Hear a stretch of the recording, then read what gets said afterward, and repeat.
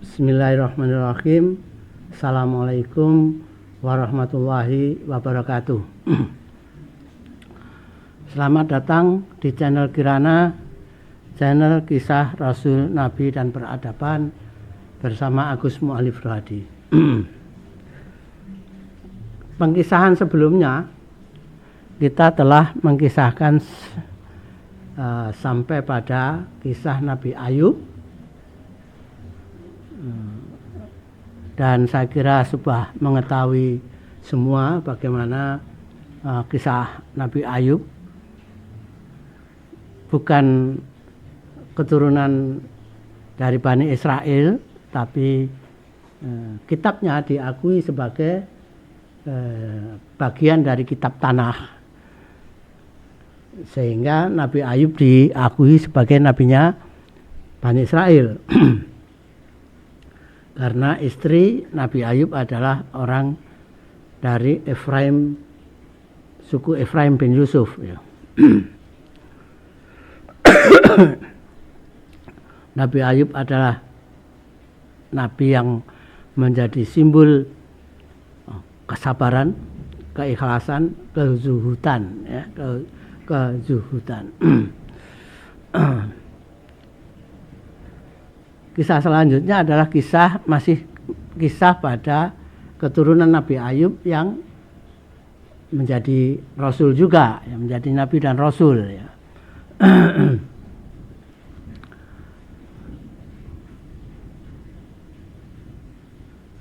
Kita mengenalnya dengan nama Zulkifli. Ya.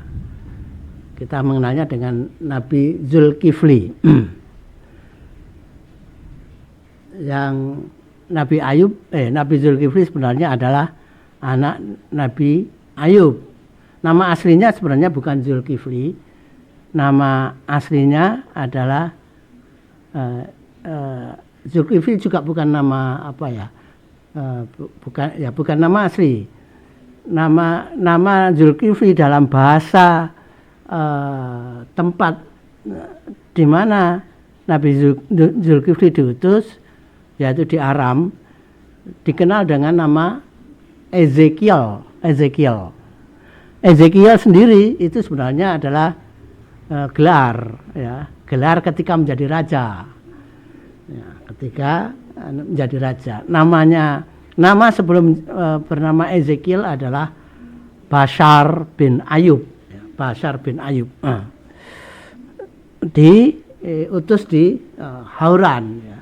Di tempat di mana Nabi Ayub juga bertempat tinggal. Ya. Tidak banyak diketahui tentang kisah Nabi Zulkifli. Ya. Karena di kitab tanah juga tidak ada kitab Ezekiel. Yang ada adalah kitab Yehezkiel. Ya. Tapi Yehezkiel beda dengan Ezekiel. Meskipun sama-sama dari Aram. Kalau Yehezkiel, ada kitab Yehezkiel, kitab Nabi Yehezkiel, itu nanti ya, masih agak jauh. Ya, keturunan Bani Israel yang ada di pengasingan, di tempat di tempat pengasingan, yaitu di Aram. Jadi nanti ada kisahnya kenapa kemudian ada Bani Israel di tempat pengasingan. Itu nanti. Jauh, masih cukup jauh, ya, masih ratus tahun lagi, ya, dibanding dengan masa Nabi Zulkifli atau Nabi Ezekiel ini. Kemunculan Nabi Yehezkiel itu masih ratus tahun lagi.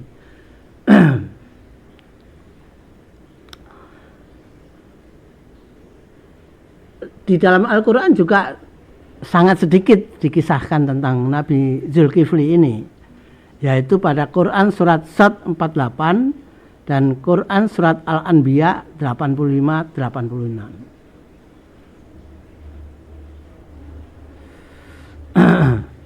Jadi sedikit sekali informasi tentang Nabi Zulkifli ini.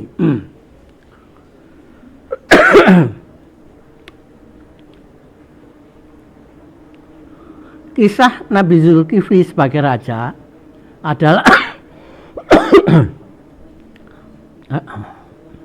adalah dimulai ketika raja atau penguasa Hauran. Ya. Penguasa Hauran. Jadi dulu itu kota saja disebut, penguasa kota juga disebut raja. Ya. Jadi ini penguasa di Hauran atau Raja Hauran yang sudah semakin tua, yang tidak mempunyai keturunan atau waris, bahkan tidak punya keturunan, tidak mempunyai waris, yang kemudian karena masalah tersebut menawarkan kepada rakyatnya siapa yang mau menjadi penggantinya dengan syarat sanggup melaksanakan puasa di siang hari dan beribadah di malam hari. Jadi syarat ini menunjukkan bahwa penguasa Hauran saat itu juga penganut tauhid, ya. Penganut tauhid, karena syaratnya adalah melaksanakan puasa di siang hari dan beribadah di malam hari.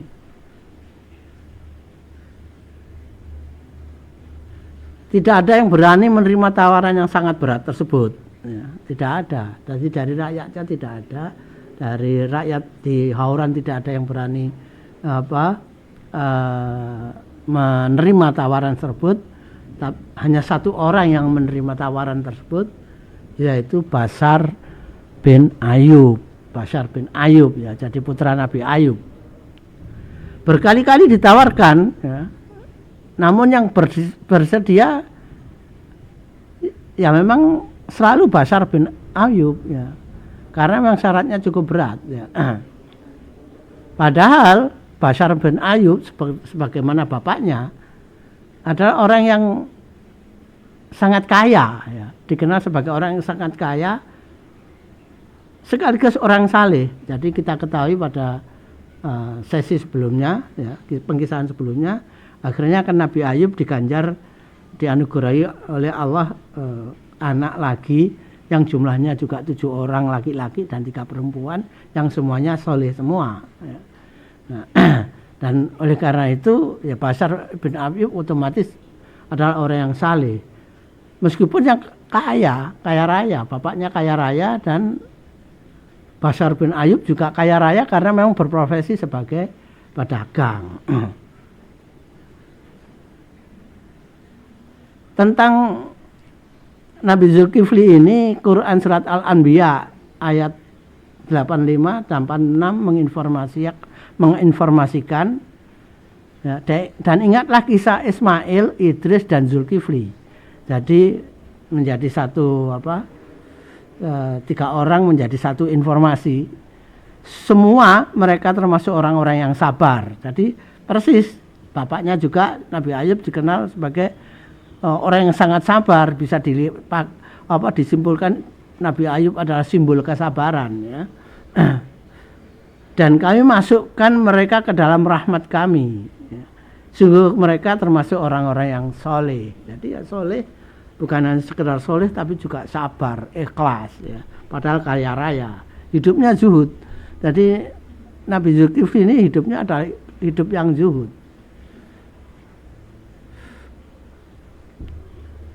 Itu di Quran surat 148 juga diulangi informasinya, yaitu Ismail, dan ingatlah akan Ismail, Ilyasa dan Zulkifli, semuanya termasuk orang-orang yang paling baik, orang yang paling baik, ya. Jadi hanya itu informasi dalam Al-Quran tentang Nabi Zulkifli, ya. Sedangkan di Quran surat Tanah juga tidak ada informasi yang yang spesifik sebagaimana ada kitab Ayub, ya. Namun karena dikenal sebagai putra Nabi Ayub, maka ada kisahnya. Bashar ibn Ayub memang sudah lama selalu berpuasa setiap hari dan beribadah di malam hari. Tidurnya hanya sedikit sekali. Oleh karena itu akhirnya Bashar bin Ayub dapat membuktikan dan mampu memenuhi persyaratan raja, sehingga kemudian kerajaannya diserahkan kepada dirinya. Namanya yang awalnya Bashar bin Ayub kemudian dirubah menjadi Ezekiel, ya. Dan dalam Al-Quran disebut Zulkifli. Jadi merubah ejaan dari Aram Ezekiel menjadi Zulkifli. Jadi hanya merubah merubah ejaan dari ejaan bahasa Aram ke bahasa Arab. Tidak ada perbedaan yang signifikan tentang nama. Beda dengan Nabi Syuaib misalnya, dalam Taurat Nabi Syuaib itu dikenal dengan Zipro yang bergelar yang dipanggil Rehuillah ya. Namanya adalah Zitro, namanya adalah Zitro.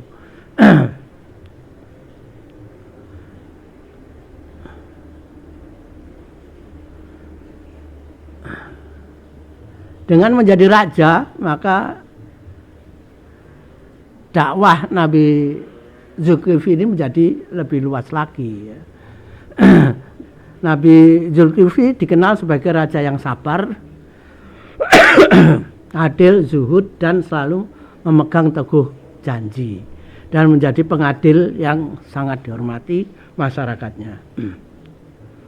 Tidak ada kisah yang detail baik itu tentang istri dan anak-anaknya ya, tentang Nabi Zulkifli ini.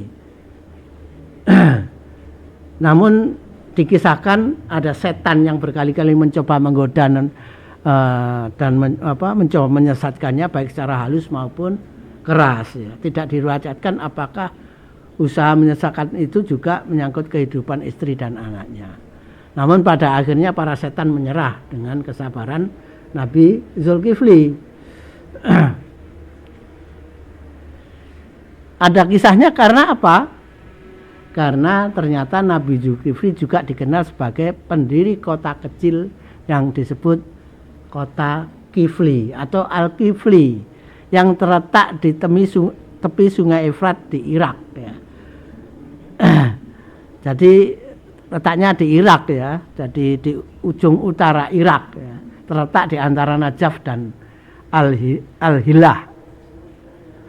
Letaknya cukup jauh dari Hauran, karena Hauran itu kan dekat perbatasan, Hauran itu kan dekat Damaskus. Ini di ujung Irak, di ujung utara Irak di Sungai Efrat. Jadi lumayan jauh, yang itu menunjukkan bahwa pada masa Nabi Zulkifli ini dakwahnya ya lumayan jauh, sehingga bisa mendirikan kota Al-Kifli itu, yang juga menunjukkan bahwa pada masa itu wilayah kekuasaan Nabi Zulkifli yang juga raja itu sudah mencapai kota tersebut ya, mencapai wilayah tersebut, sehingga bisa mendirikan kota yang disebut Al-Kifli ya.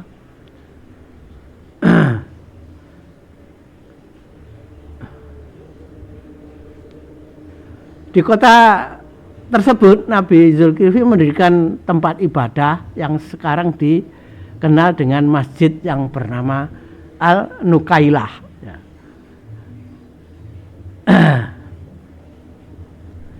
Kalau kita lihat peninggalan Nabi Zulkifli berupa Masjid Nukailah ini, yang sekarang masih terawat bentuk aslinya, maka terdapat ornamen yang mirip dengan elemen peribadatan di Haikal Sulaiman ya. Terdapat bangunan kubah yang meruncing lebih tinggi dari bangunan utamanya, yang meskipun berbeda namun bisa diterjemahkan bahwa bangunan kubah tersebut menjadi bagian dari menjadi ruangan masjid yang paling suci ya. Jadi bisa dikatakan itu mencontoh Devir ya, mencontoh Haikal Sulaiman yang di dalamnya ada ruang Devir, yaitu ruang yang paling suci. Juga terdapat mihrab sehingga dalam menjalankan ibadah sholatnya sangat mungkin menghadap ke arah Haikal Sulaiman. Jadi ada mihrab yang menghadap ke arah Haikal Sulaiman. Jadi dengan demikian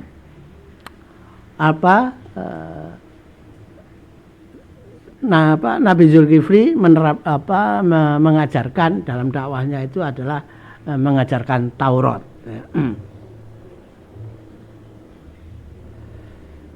Nah, ini adalah bentuk sekarang Masjid Nukailah, ya. Ini adalah Masjid Nukailah yang ada sekarang. Di situ ada bangunan utama, yaitu kubah abu-abu dan kubah yang meruncing, ya, meruncing ke atas, bundar, ya, bundar yang meruncing ke atas. Gitu.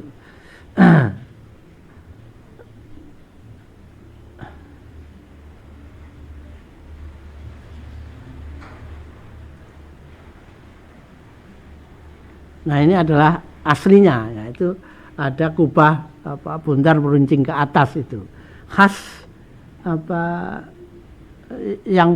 yang bentuk khas itu dipertahankan keberadaannya hingga saat ini, ya, seperti ini. Jadi ini adalah kubahnya, ya. Kubah yang asli adalah yang bundar meruncing itu, sedangkan yang di bawahnya adalah kubah tambahan. Yang asli itu adalah yang bundar meruncing, yang menunjukkan bahwa di bawah kubah itu adalah pada masa itu adalah ruangan yang paling suci.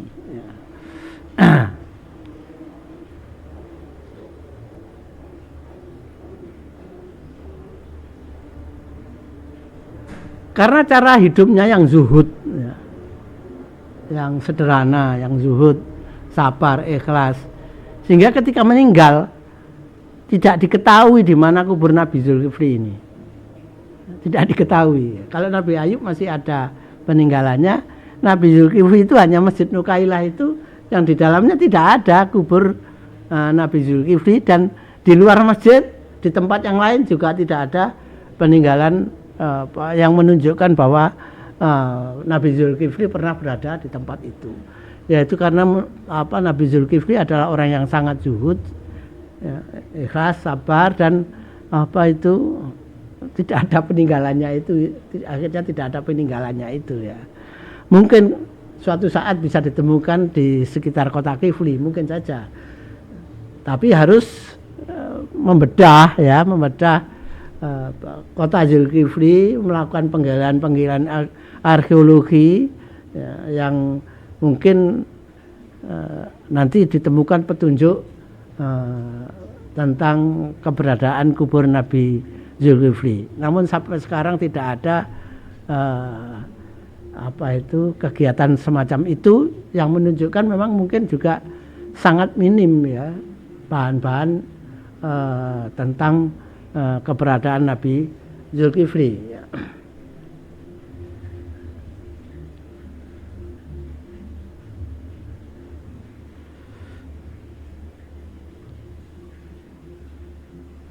Jadi itulah tentang Nabi Zulkifli, ya, seorang raja keturunan Nabi Ayub, keturunan Edom, yang keturunan bangsa Edom. Jadi ada nabi keturunan bangsa Edom di luar keturunan Nabi Yakub, ya. Ada dua orang rasul, yaitu Nabi Ayub dan Nabi Zulkifli. Nabi Ayub masih punya masih ada kitabnya, ada Zabur Zulkifli, ya, Zabur Ayub, tapi Nabi Zulkifli tidak ada kitabnya, ya.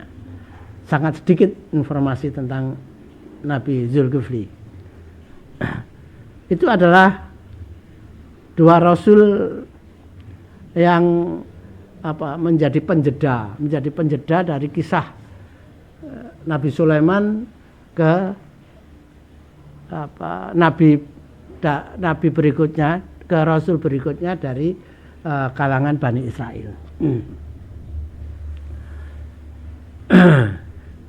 Oleh karena itu, karena hanya sedikit informasinya, kita langsung masuk kepada kisah lanjutan dari kisah rasul dan nabi dari Bani Israel. Kita ketahui bahwa setelah Nabi Sulaiman, ya, Rasul yang kemudian adalah Nabi Ilyas, kemudian disusul Nabi Ilyasa, dan disusul oleh Nabi Yunus. Setelah itu ada peristiwa yang mengerikan ya. Setelah masa Nabi Yunus ini akan muncul peristiwa yang mengerikan bagi Bani Israel yang menandai, yang diinformasikan ya, yang diinformasikan oleh Quran surat Al-Isra ayat 4 sampai 7 ya. Di mana Bani Israel mengalami hukuman yang mengerikan dari Allah setelah masa Nabi Yunus. Bagaimana kisahnya sehingga Bani Israel itu mendapat hukuman yang luar biasa ya, yang akan efek dari hukuman itu dirasakan ya, akibatnya hingga sekarang ya, hingga sekarang dirasakan akibatnya hingga sekarang. Apa itu nanti kita telusuri ya kisahnya dalam kisah-kisah berikutnya. Sebelum masuk ke riwayat atau kisah Nabi Ilyas dan Nabi Yunus, kita melanjutkan kisah kerajaan peninggalan Nabi Sulaiman yang sudah terpecah menjadi dua, yaitu bukan dua ya, malah menjadi 6 ya. Tapi wilayah Baitul Maqdis terpecah menjadi dua bagian, yaitu kerajaan Israel dan kerajaan Yudea. Bagaimana kisahnya? Karena kita sudah mengkisahkan sebelumnya bahwa kerajaan Israel yang wilayahnya meliputi wilayah 10 suku itu telah menjadi raja-rajanya dan juga banyak penduduk yang telah murtad menyembah berhala lembu emas ya. Sedangkan di Yudea sempat keturunan Nabi Sulaiman yang menjadi pengganti Nabi Sulaiman, yaitu Rehabeam, dan anaknya Rehabeam yaitu Abiam bin Rehabeam itu juga menyembah berhala ya. Sama-sama menyembah berhala, memang yang berhalanya berbeda. Kalau Yerobeam itu berhalanya adalah lembu emas, kalau Raja Yudea yaitu Rehabeam dan Abiam bin Rehabeam itu berhalanya adalah Moloch atau Moloch ya. Lembu juga, lembu perempuan ya, derivasi Baal, sama-sama derivasi dari berhala Baal ya.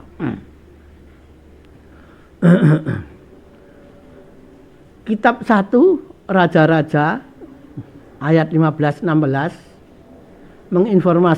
menginformasikan tentang beberapa kali pergantian raja-raja di kerajaan Israel dan kerajaan Yudea, serta peperangan di antara dua kerajaan keturunan Israel itu.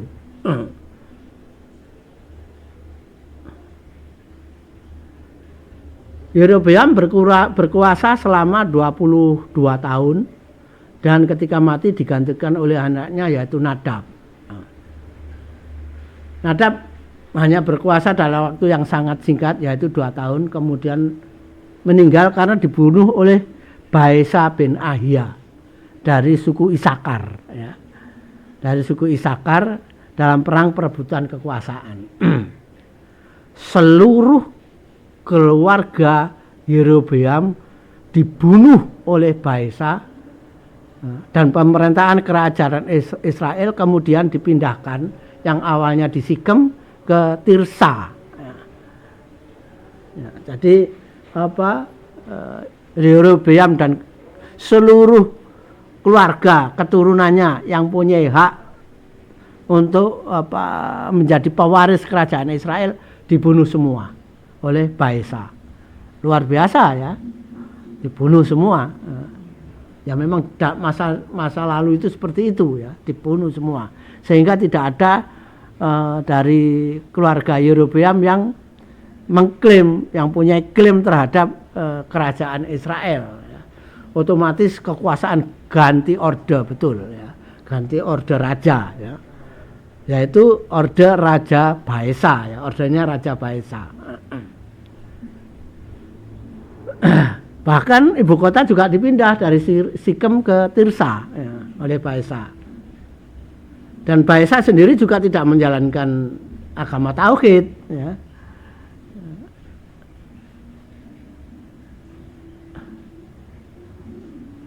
Dia juga menyembah berhala, seperti yang dilakukan oleh Yerobeam. Baesa berkeinginan untuk menaklukkan Yudea, yang saat itu raja Yudea adalah Asa. Asa bin Abiam bin Rehabeam. Ya, jadi cicitnya Nabi Sulaiman Asa ini. Yang pada masa Raja Asa ini Yudea kembali menjalankan risalah tauhid, ya. Sebelumnya bapaknya maupun kakeknya itu adalah pengikut ajaran berhala dari neneknya, ya, yang namanya Nama, ya. Neneknya bernama Nama, istri Nabi Sulaiman, ya, bernama Nama, ya. Nama.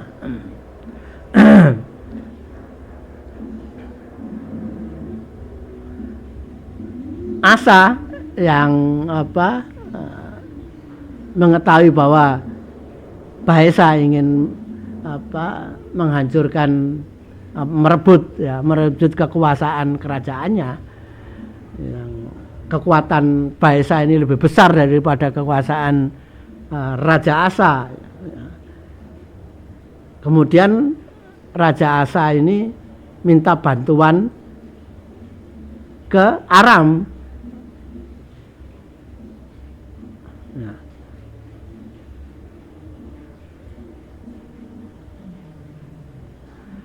Minta bantuan ke kerajaan Aram, ya. Raja Asa minta kepada Raja Aram agar memutus hubungan kerajaan Aram dengan kerajaan Israel, ya. Memutus hubungan dengan Tirsa, dan meminta bantuan agar menyerang kota-kota Israel di dekat perbatasan Aram. Apa maksud permintaan pertolongan seperti itu? Mengapa harus menyerang kota-kota Israel di dekat perbatasan Aram? Pada saat itu Raja Aram adalah Ben-Hadad, bernama Ben-Hadad, ya. Ben-Hadad menyanggupinya dan kemudian menyerang dan menjarah kota Iyon, kota Dan, kota Abel, Bet Abel, Bet Maka, kota Kinerot, dan wilayah suku Naftali. Jadi cukup luas yang diserang. Yang kota-kota tersebut berada di dekat perbatasan dengan wilayah Aram. Baesa ketika mendengar serangan pada wilayahnya kemudian membatalkan menyerang Yudea, menarik pasukannya dari kota Rama dan menggerakkannya ke wilayahnya yang sedang dijarah oleh tetangganya itu. Ketika Baesa mundur, Raja Asa kemudian membangun benteng di kota Geba, Rama, dan Mispa. Mispa itu di wilayah Benyamin, ya. Kalau Rama di wilayah Efraim. Nah, untuk mencegah serangan dari kerajaan Israel. Jadi dengan permohonan bantuan dari Aram pada Raja Ben-Hadad untuk menyerang kota-kota Israel di perbatasan dekat wilayah Aram itu, untuk agar Baesa menarik pasukannya dari Rama dan membawa ke perbatasan wilayahnya dengan Aram, dan dengan demikian Asa mempunyai waktu untuk membangun benteng di kota Geba, Rama, dan Mispa. Itulah maksud mengapa Raja Asa minta bantuan ke Ben-Hadad agar Aram menyerbu kota-kota Israel di perbatasan dengan wilayah Aram. Tentu bantuannya tidak gratis, ya.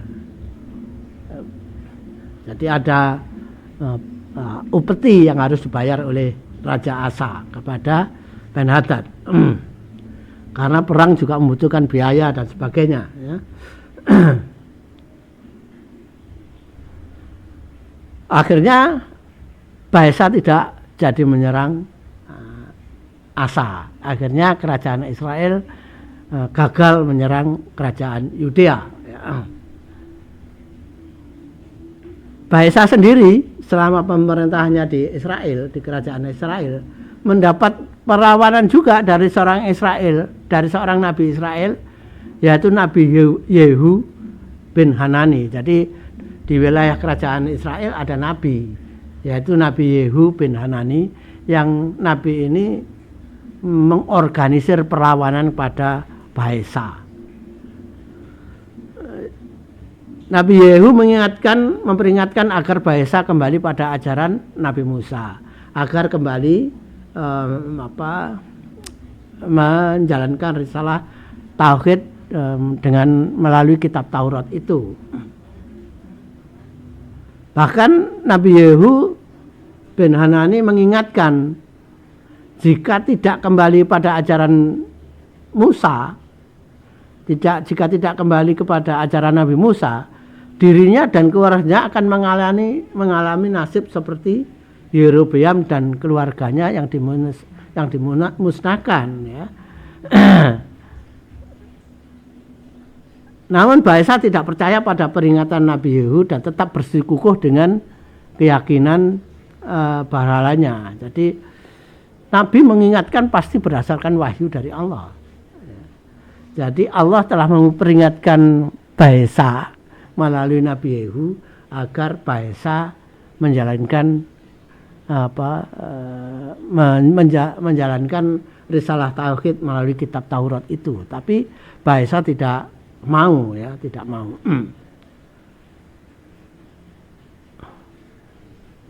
Apa akibatnya? Akibatnya ternyata tidak langsung dialami oleh Baesa. Karena apa? Baesa ini memerintah kerajaan Israel selama 24 tahun hingga kemudian meninggal dan kemudian digantikan anaknya, yaitu Ela. Nah, yang mengalami musibah, mengalami bencana itu bukan Baesa tapi anaknya. Yaitu ketika Ela bin Baesa itu dikhianati oleh panglima pasukannya, yaitu Zimri. Ela dibunuh Zimri ketika sedang berpesta hingga mabuk. Ela hanya menjadi raja selama 2 tahun, cuma 2 tahun. Dan apa yang terjadi? Ketika Ela dibunuh, maka seluruh saudara Ela, semua anak keturunan Baesa, semua keluarga Baesa, bukan hanya anak keturunannya tapi keluarga Baesa, juga dibunuh semua oleh Zimri, dimusnahkan oleh Zimri, ya. Itulah pergantian kekuasaan di kerajaan Israel setelah Yerobeam, ya. Jadi Zimri membunuh Baesa. Setelah Baesa membunuh keluarga seluruh keluarga Yerobeam, gantian Zimri yang memusnahkan semua keluarga Baesa, ya. Dengan demikian peringatan Nabi Yehu telah menjadi kenyataan, ya. Ini adalah gambar, ya, ketika Baesa berupaya menyerang Asa tapi nggak jadi. Nah, di kota Rama, ya, kota Geba,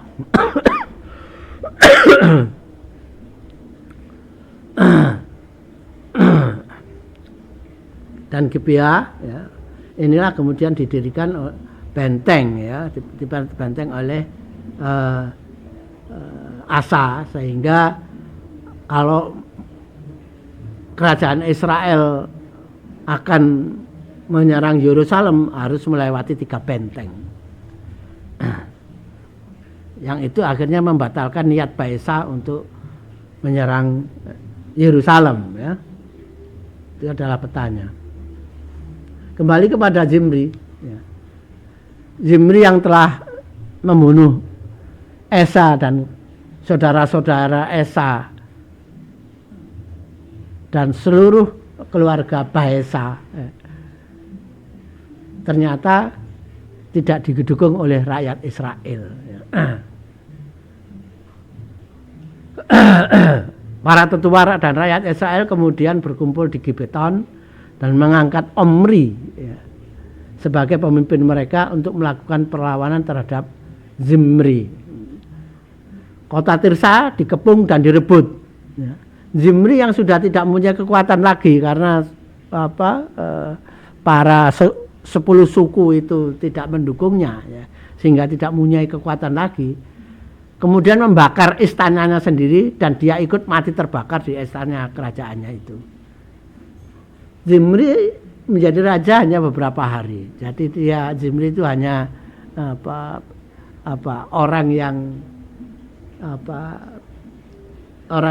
hanya menjalankan takdir Allah untuk menjalankan perintah Nabi Yehu kepada Baesa, tapi tidak dilaksanakan oleh Baesa, sehingga takdir Allah memusnahkan keluarga Baesa maupun kemudian disusul pemusnahan keluarga Zimri itu terjadi.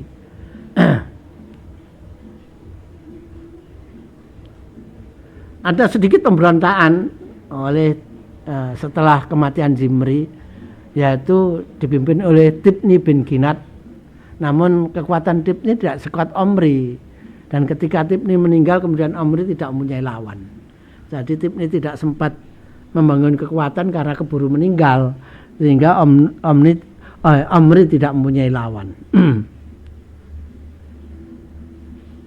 Nah, Omri inilah yang kemudian membeli tanah di sebuah bukit milik orang yang bernama Semer, ya.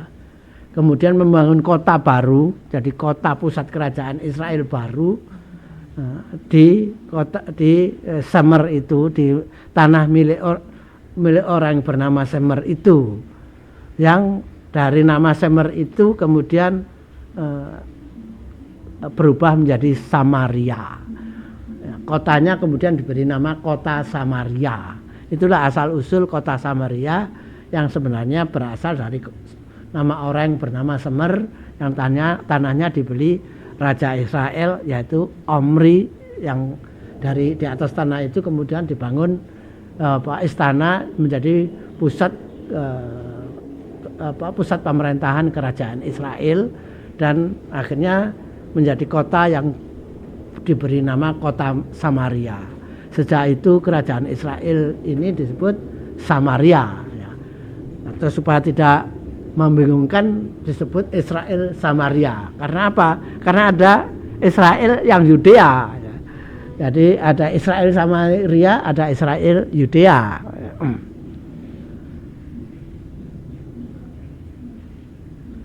Omri menjadi raja Israel selama 12 tahun dan digantikan oleh anaknya bernama Ahab. Namun Ahab tidak menjalankan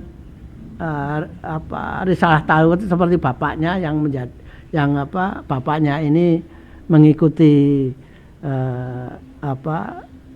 risalah tauhid dari Nabi Yehu, ya. Tapi anaknya ini Ahab bin Omri ini karena mempunyai istri, nah ini lagi dari istri, ya. Karena mempunyai istri orang dari Sidon, ya, orang dari Sidon. Sidon itu salah satu kota yang sekarang berada di Libanon, ya, Sidon itu. Orang asing dari Sidon, yaitu Izebel, anak Raja Sidon Etbaal. Namanya saja Etbaal, rajanya namanya adalah Etbaal. Jadi istri Ahab ini bernama Izebel. Izebel anak Raja Sidon Etbaal. Jadi dengan namanya itu ketahuan bahwa ayah Izebel ini adalah penyembah dewa Baal. Ya, karena punya istri penyembah dewa Baal ini, kemudian Ahab tidak menjalani agama tauhid. Jadi dia mengikuti agama istrinya, ya, menyembah Baal.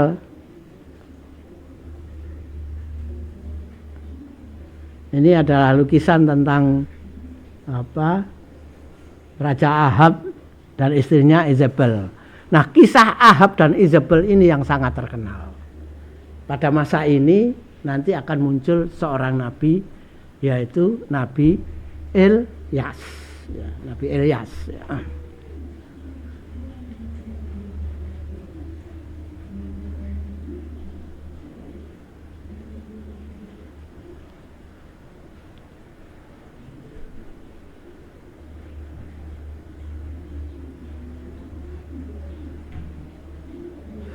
Sedikit tentang situasi kerajaan-kerajaan di sekitar kerajaan Israel Samaria, ya. Kerajaan Israel Samaria yang berganti dengan cepat, ya, berganti raja dengan cepat itu memberikan peluang munculnya kekuatan-kekuatan baru, ya. Yaitu kerajaan Aram semakin luas, ya, Damsyik, ya. Jadi kerajaan Aram dan Damsyik yang awalnya adalah hanya sebatas wilayah Hauran, ya, wilayah Hauran di mana Nabi Ayub dan Nabi Zulkifli pernah menjadi rasul di tempat itu, memperluas wilayahnya ke utara, ya. Memperluas wilayahnya ke utara, membangun kekuatan yang lebih besar lagi, ya. Kerajaan Aram Damsyik ini menyatukan seluruh kekuatan suku-suku Aram, ya, hingga kota Karkar, Aleppo, ya, sampai ke Aleppo dan Karkemis, ya. Karkar, Aleppo dan Karkemis. Jadi semakin jauh ke utara, ya, mendekati kalau sekarang mendekati wilayah perbatasan dengan negara Turki, ya.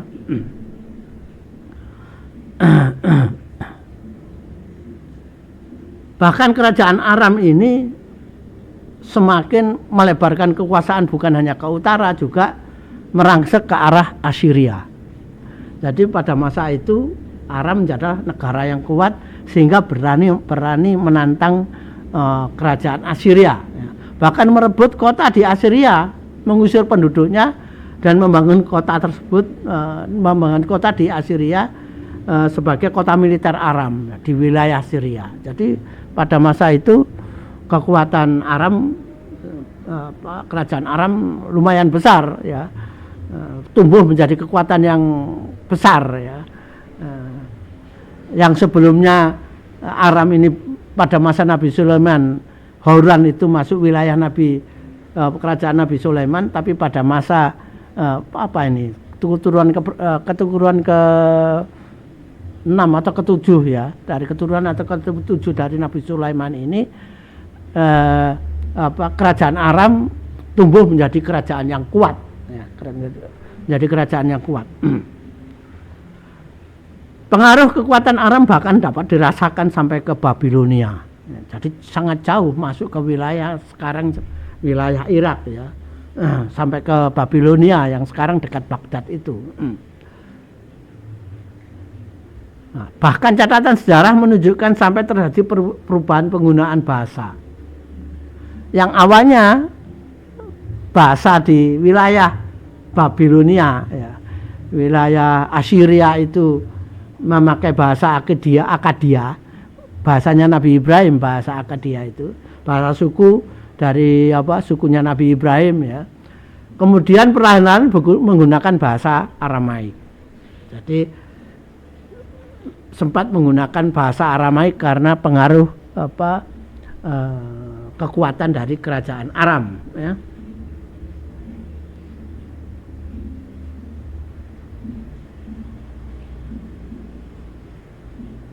Namun penjajahan Aram di bekas wilayah Mesopotamia, wilayah kerajaan Akadia ini mengakibatkan kemunculan kekuatan baru. Kekuatan baru Assyria. Jadi Assyria ini meliputi bukan hanya wilayah Irak, ya. Mesopotamia itu termasuk sebagian wilayah Persia yang ada sekarang ya. Jadi di wilayah itu kemudian karena penjajahan oleh Aram ini kemudian bangkit lagi kerajaan Assyria. Nah, muncul raja baru yang kuat di Assyria, yaitu Ahurdan.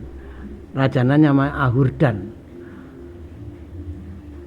Ahurdan ini kemudian membangun kekuatan, kemudian menyerang balik Raja Aram. Kota-kota militer yang dibangun kerajaan Aram diruntuhkan, dibakar dan direbut kembali. Jadi wilayah Aram dapat direbut kembali, pasukan Aram dapat didesak mundur kembali keluar dari wilayah Assyria. Jadi sempat cukup lama Aram menguasai wilayah Assyria, tapi kemudian dapat diusir lagi oleh Assyria. Ya. Ahurdan mengembalikan penduduk Assyria yang mengungsi, sekaligus mengukuhkannya menjadi raja baru Assyria. Ya. Jadi pada saat Raja Aram mampu menguasai Akkadia ini, banyak penduduk yang mengungsi. Nah ketika Ahurdan ini dapat mengalahkan Aram, ya, kerajaan Aram, Assyria bangkit lagi. Setelah mengusir kerajaan Aram, kemudian penduduk-penduduk yang mengungsi ini kembali lagi, dan kerajaan Assyria menjadi utuh kembali.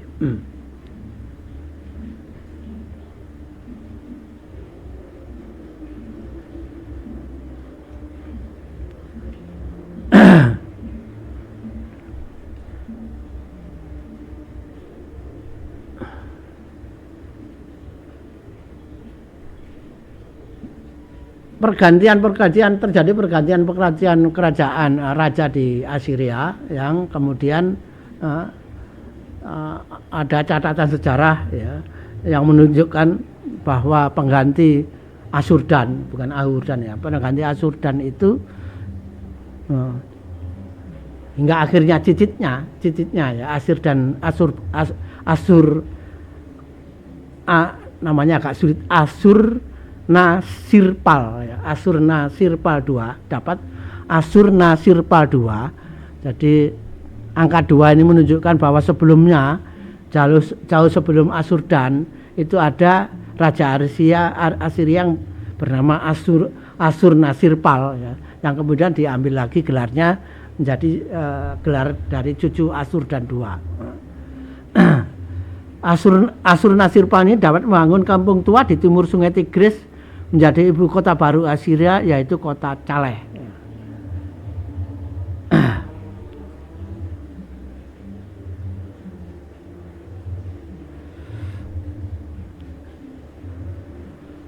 Itulah yang terjadi pada kota kerajaan Aram maupun Assyria ya.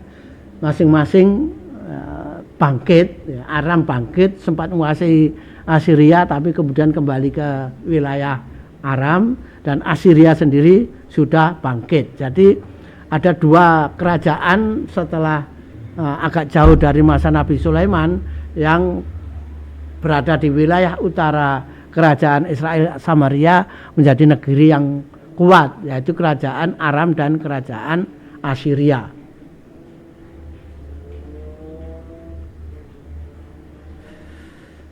Nah, pada masa Israel di bawah Raja Omri tadi, pasukan Assyria yang terus melebarkan kekuatannya sudah mulai mendekati wilayah Sidon. Jadi melambung.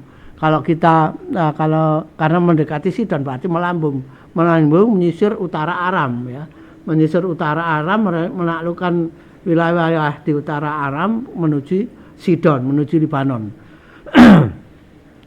Nah, ketika Omri digantikan anaknya, yaitu Raja Ahab, yang barusan kita sebut tadi, yaitu Ahab. Pada masanya itu kerajaan Sidon yang berkedudukan terus kemudian membuat kerjasama pertahanan. Karena apa? Yaitu tadi, untuk menghadapi serangan dari Assyria. Itulah memang riwayat kerajaan-kerajaan di wilayah itu ya, sangat dinamis, berubah-ubah dengan cepat. Ya. Silih berganti saling menguasai ya. Dengan demikian pada masa Raja Ahab sudah mulai muncul bahaya dari kerajaan Assyria. Ya. Raja Ahab dengan perkawinannya dengan Isabel itu kemudian melakukan kerjasama membangun kekuatan bersama dengan kerajaan Sidon untuk menghadapi dua kerajaan sekaligus, menghadapi tantangan dua kerajaan sekaligus, yaitu kerajaan Aram dan kerajaan Assyria di wilayah utara Samaria. Nah ini menjadi geopolitik kerajaan Israel ya. Karena apa? Kerajaan Israel yang terbelah menjadi dua, ya, Samaria dengan Yudea itu juga nanti akan memanfaatkan kekuatan di kerajaan Aram maupun kerajaan Assyria untuk mempertahankan kekuatan kerajaannya masing-masing, baik Samaria maupun Yudea, itu saling memanfaatkan kekuatan di kerajaan di sekitarnya. Kerajaan di sekitarnya terutama Aram dan Assyria untuk mempertahankan kerajaannya masing-masing.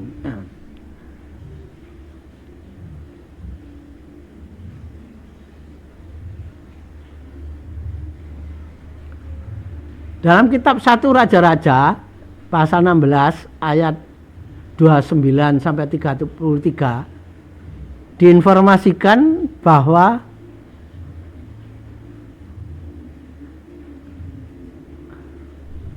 Raja Ahab adalah raja yang lemah menghadapi istri. Ya. Jadi Ahab ini takluk terhadap istrinya. Istrinya Isabel ini terkenal sebagai seorang ratu yang kejam,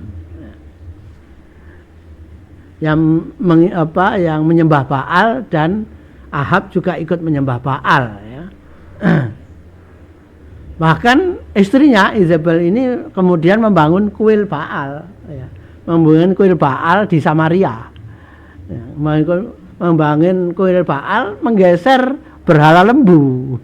Jadi menggeser berhala lembu yang disembah kerajaan penduduk, sebagian penduduk Israel, kemudian diganti dengan kuil Baal oleh Isabel. Ya. Bahkan ya karena ada kuil itu kemudian diangkatlah imam-imam kuil Baal.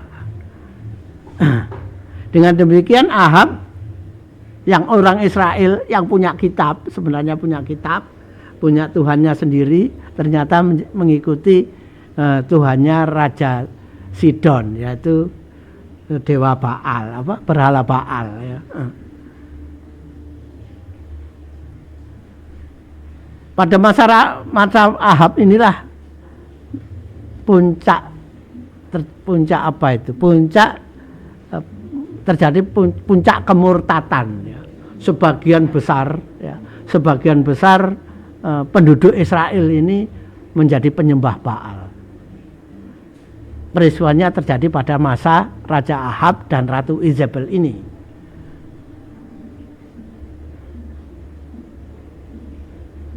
Bahkan kitab 1 Raja-Raja 16 ayat 34 menyebutkan pada masa Ahab ini, ya, pada masa Raja Ahab ini terdapat orang dari kota Betel bernama Hil yang merintis kembali menempati kota Yeriko.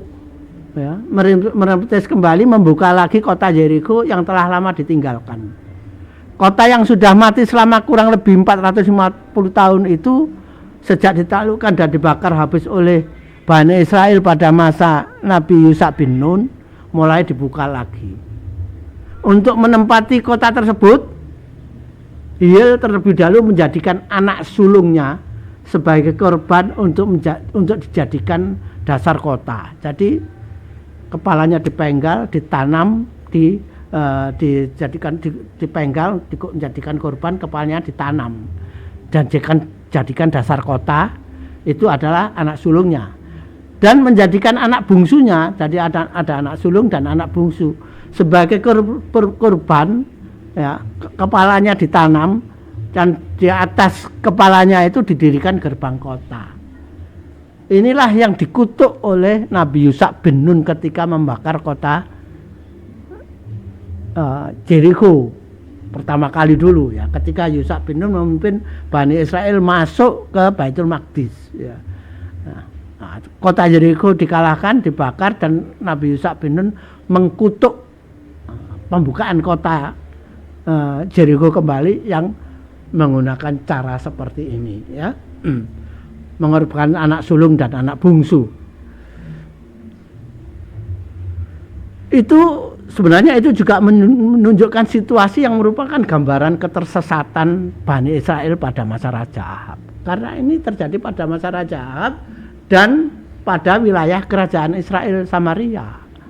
Jadi orang yang bernama siapa tadi, Hil. Bernama Hil ini adalah orang Betel ya, yang berada dalam wilayah Raja Ahab membuka kota Jericho. Jadi otomatis pasti direstui oleh Raja Ahab, yang artinya bahwa memang itulah puncak kemurtatan yang terjadi pada kerajaan Israel Samaria pada masa pada masa Raja Ahab.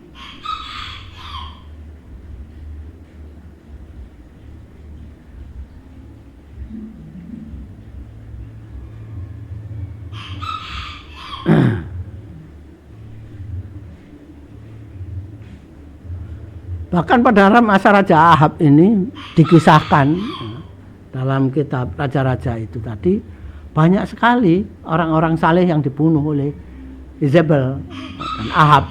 Banyak imam-imam Haikal Sulaiman yang berdakwah ke wilayah Israel Samaria ditangkap dan dibunuh.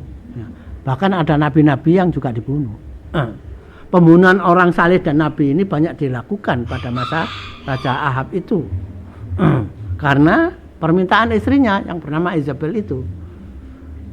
Sehingga semakin membuat penduduk Israel Samaria semakin banyak yang murtad.